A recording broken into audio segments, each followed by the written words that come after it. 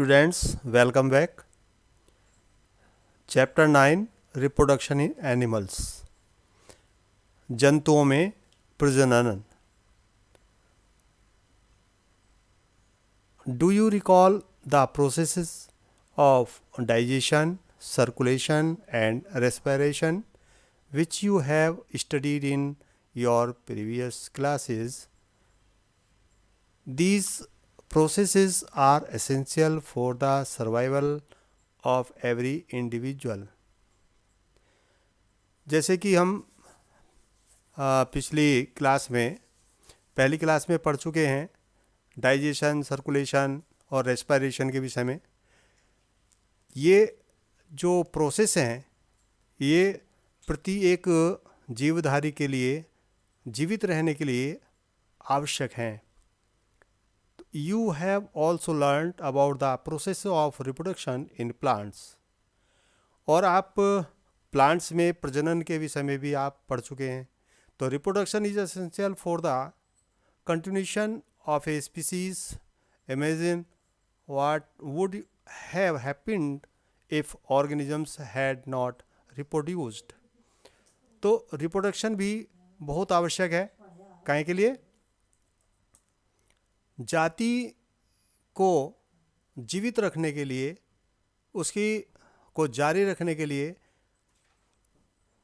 आप अनुमान लगाइए कि यदि कोई जीव रिप्रोडक्शन नहीं करेगा तो क्या होगा। वास्तव में यदि रिप्रोडक्शन नहीं होगा तो वो जीव उस धरती पर क्या होगा, जीवित नहीं रहेगा। मतलब उसकी जो जाति है वो विलुप्त हो जाएगी। तो you will realize that reproduction is very important as it ensures the continuation of similar kinds of individuals, generation and after generation. तो किसी जाति को पीढ़ी दर पीढ़ी जारी रखने के लिए, जीवित रखने के लिए रिप्रोडक्शन आवश्यक है। You have already learn in your previous class about reproduction in plants. Previous class में आप प्लांट्स में रिप्रोडक्शन के विषय में पढ़ चुके हैं।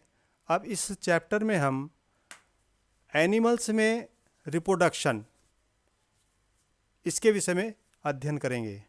ठीक है। तो first of all, modes of reproduction. Reproduction के प्रकार। तो रिप्रोडक्शन के यहाँ पर 2 टाइप्स हैं, sexual reproduction and asexual reproduction. Have you seen the young ones of different animals? Try to name some of the young ones while completing table 9.1 shown in examples at serial number 1 and 5. You must have seen the young ones of various animals being born. Can you tell how chicks and caterpillars are born? How are kittens and puppies born? Do you think that these young ones looked the same before they born as they do now? Let us find out. तो यहाँ पर ये table दी हुई है। इस table में दिया हुआ है सीरियल नंबर, एनिमल और यंग वंस। मतलब एनिमल्स का नाम है यहाँ पर, और ये उनके जो बच्चे होते हैं उनको क्या बोलते हैं। जैसे ह्यूमन है तो ह्यूमन के बच्चों को क्या बोलते हैं, बेबी बोलते हैं। इसी प्रकार से कैट है तो कैट के बच्चों को क्या बोलते हैं, किटन बोलते हैं। डॉग है तो डॉग के बच्चों को क्या बोलते हैं, पप्पी बोलते हैं। ऐसी बटरफ्लाई है तो कैटरपिलर बोलते हैं। हैन है तो हैन के बच्चों को चिक बोलते हैं। इसी प्रकार से काऊ, तो काऊ के बच्चों को क्या बोलते हैं, काफ। और इसी प्रकार से फ्रॉग है तो फ्रॉग के बच्चों को क्या बोलते हैं, टेडपोल। तो just as in plants there are 2 modes by which animals reproduce. These are, तो जो 2 मेथड्स हैं या मोड्स हैं रिप्रोडक्शन के, तो उनमें सबसे पहला सेक्सुअल रिप्रोडक्शन और दूसरा एसेक्सुअल रिप्रोडक्शन, जिसके द्वारा जंतुओं में प्रजनन होता है। तो सबसे पहले हम सेक्सुअल रिप्रोडक्शन के विषय में पढ़ेंगे।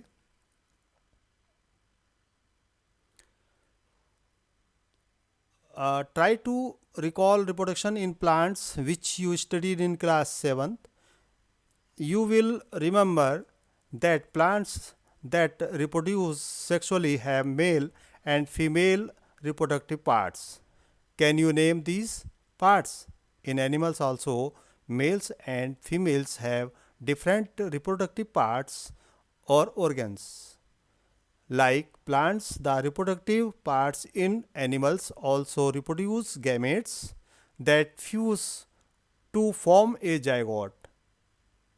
It is the zygote which develops into a new individual.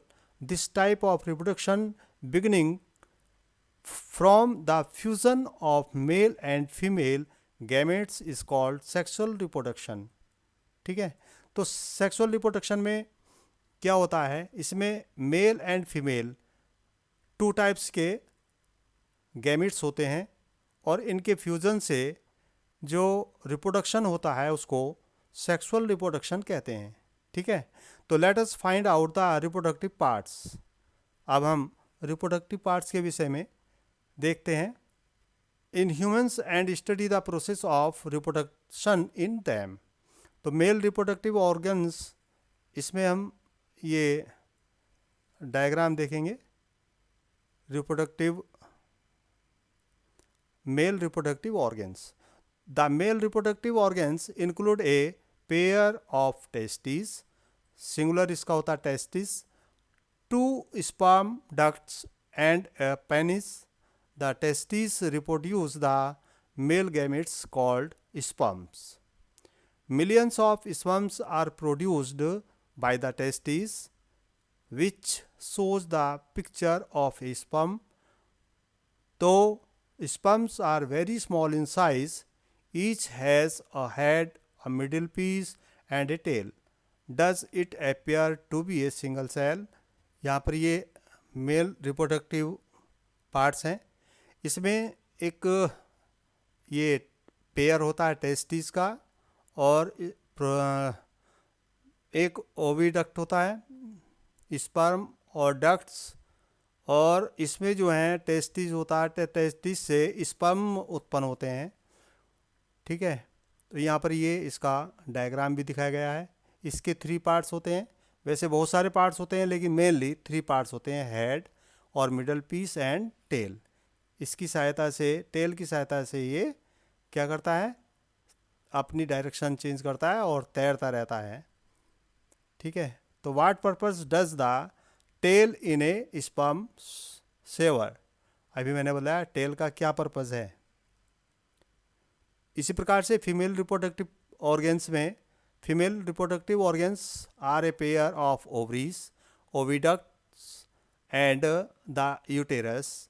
The ovary produces, इसी प्रकार से फीमेल रिप्रोडक्टिव ऑर्गन्स में भी एक पेयर जो है ओवरीज का होता है और ओविडक्ट्स होता है, जिसको फैलोपियन ट्यूब्स भी बोलते हैं, और यूटेरस।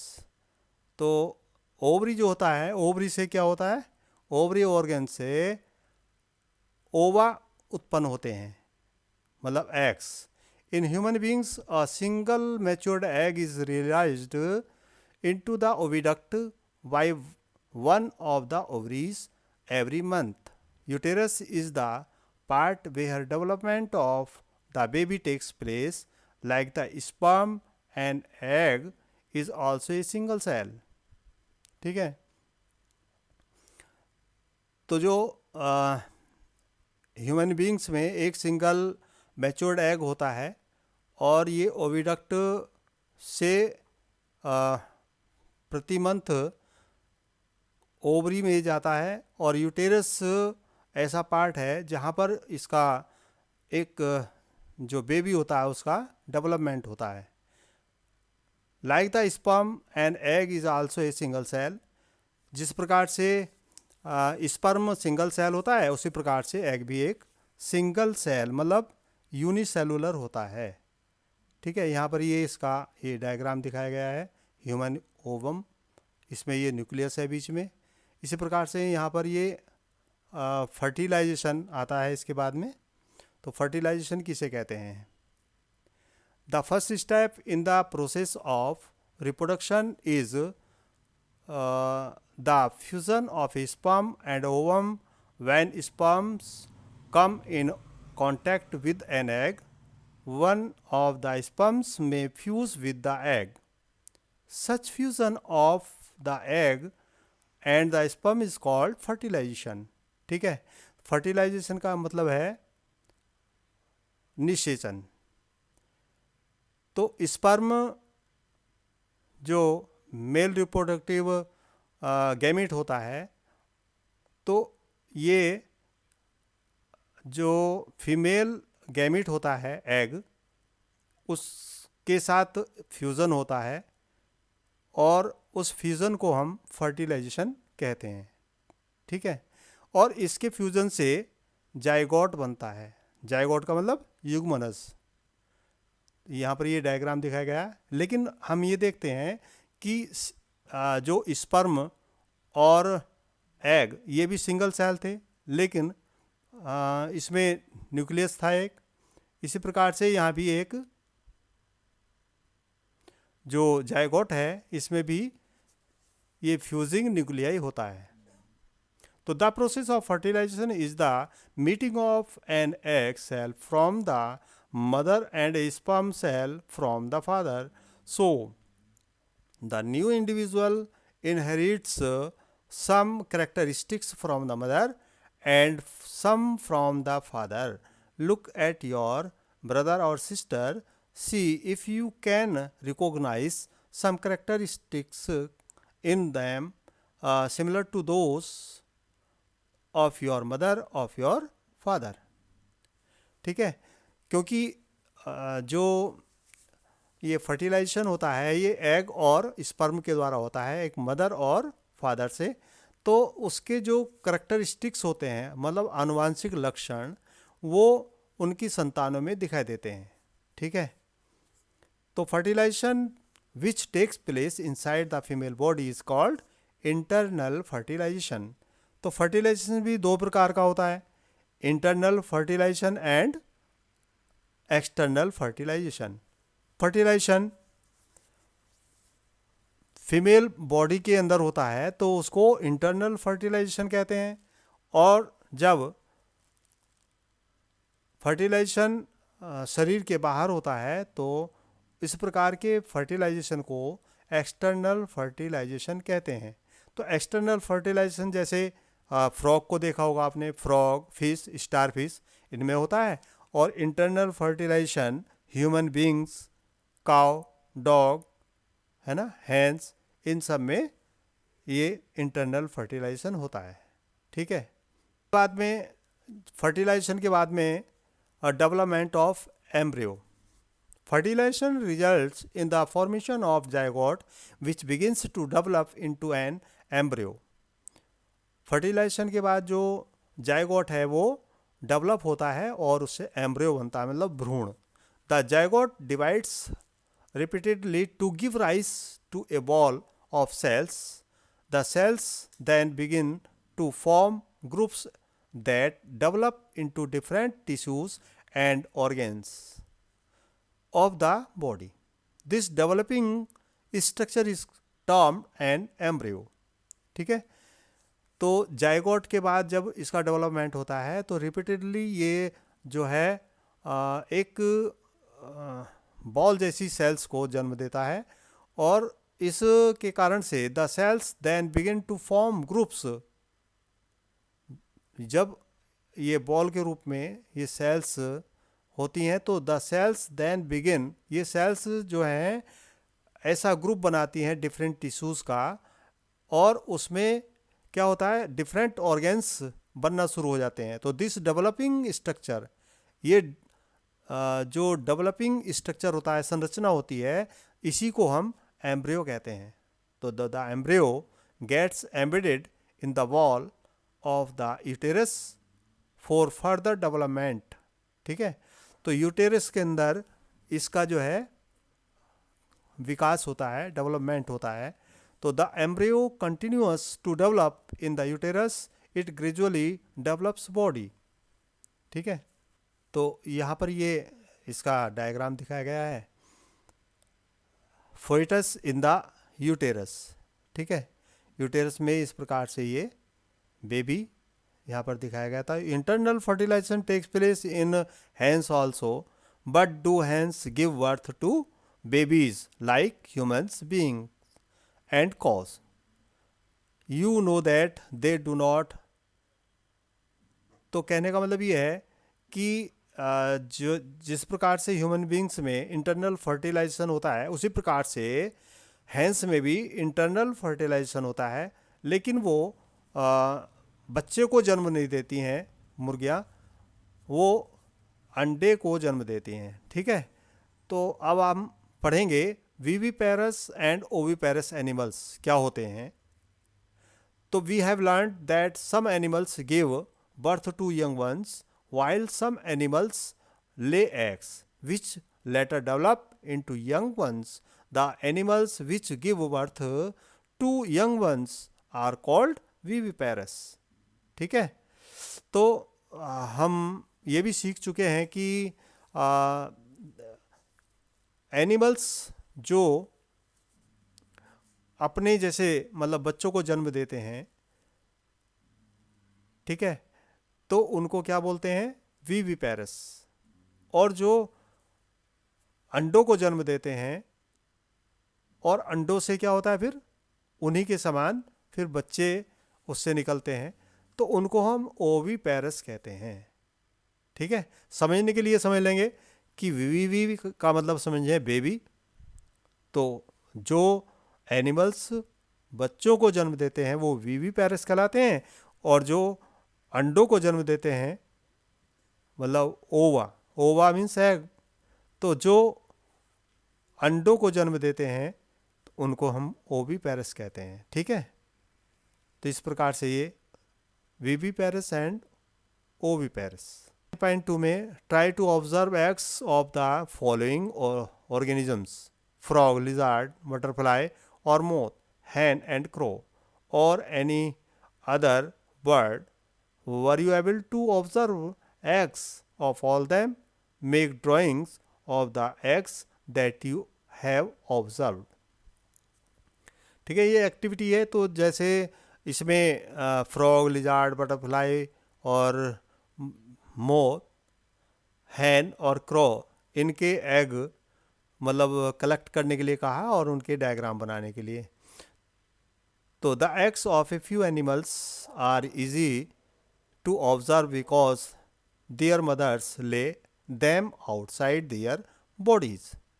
ठीक है, कुछ के अंडे जो हैं बहुत आसानी से मिल जाते हैं, क्योंकि वो अंडे जो हैं अपने शरीर के बाहर जन्म देते हैं। तो these are examples of oviparous animals. ठीक है, इन एनिमल्स को ओविपेरस एनिमल्स बोलते हैं। But you would not be able to collect the eggs of a dog, cow और कैट। लेकिन आप डॉग, काउ या और कैट के अंडों को कलेक्ट नहीं कर सकते, क्योंकि the mother give birth to young ones, क्योंकि उनके जो मदर हैं वो बच्चों को जन्म देते हैं। इस प्रकार से इनको हम क्या कहते हैं, विविपेरस कहते हैं। तो young ones to adult, young ones से मतलब बच्चे से अडल्ट बनने तक जो चेंज होते हैं, ठीक है, तो उसको जो उसमें बहुत सारे परिवर्तन होते हैं उसको क्या बोलते हैं, मेटामॉर्फोसिस कहते हैं, कायांतरण। जैसे आप देखेंगे life cycle of silk worm, तो सिल्क वॉर्म की लाइफ साइकिल देखेंगे तो उसमें क्या होता है, सबसे पहले एग होता है, एग से लार्वा, और उसको जैसे कैटरपिलर भी बोलते हैं, और उसके बाद प्यूपा, और प्यूपा से अडल्ट बनता है। इसी प्रकार से फ्रॉग को देखें तो फ्रॉग की स्टेज पहले एग होता है, एग के बाद टैडपोल होता है, और टैडपोल में भी दो प्रकार के टैडपोल, एक अर्लियर और एक लेटर। तो टैडपोल मतलब लार्वा, और उसके बाद एडल्ट। तो don't the tadpoles look so different from the adults. इसी प्रकार से अगर हम देखें जो टैडपोल होते हैं वो एडल्ट से अधिक डिफरेंट नहीं होते हैं। तो यहाँ पर हम ये लाइफ साइकिल देखेंगे, लाइफ साइकिल ऑफ फ्रॉग। ये एग है, एग के बाद अर्ली टैडपोल और उसके बाद लेट टैडपोल और फिर ये अडल्ट में कन्वर्ट हो जाता है। तो इस प्रकार से जो इसके अंदर ये परिवर्तन हो रहे हैं, ठीक है, इसी को हम मेटामॉर्फोसिस कहते हैं। ओके, इस वीडियो में हमने रिप्रोडक्शन के मोड और एनिमल्स में रिप्रोडक्शन तथा मेटामॉर्फोसिस इसके विषय में पढ़ा। नेक्स्ट वीडियो में हम एसेक्सुअल रिप्रोडक्शन के विषय में स्टडी करेंगे। Thank you.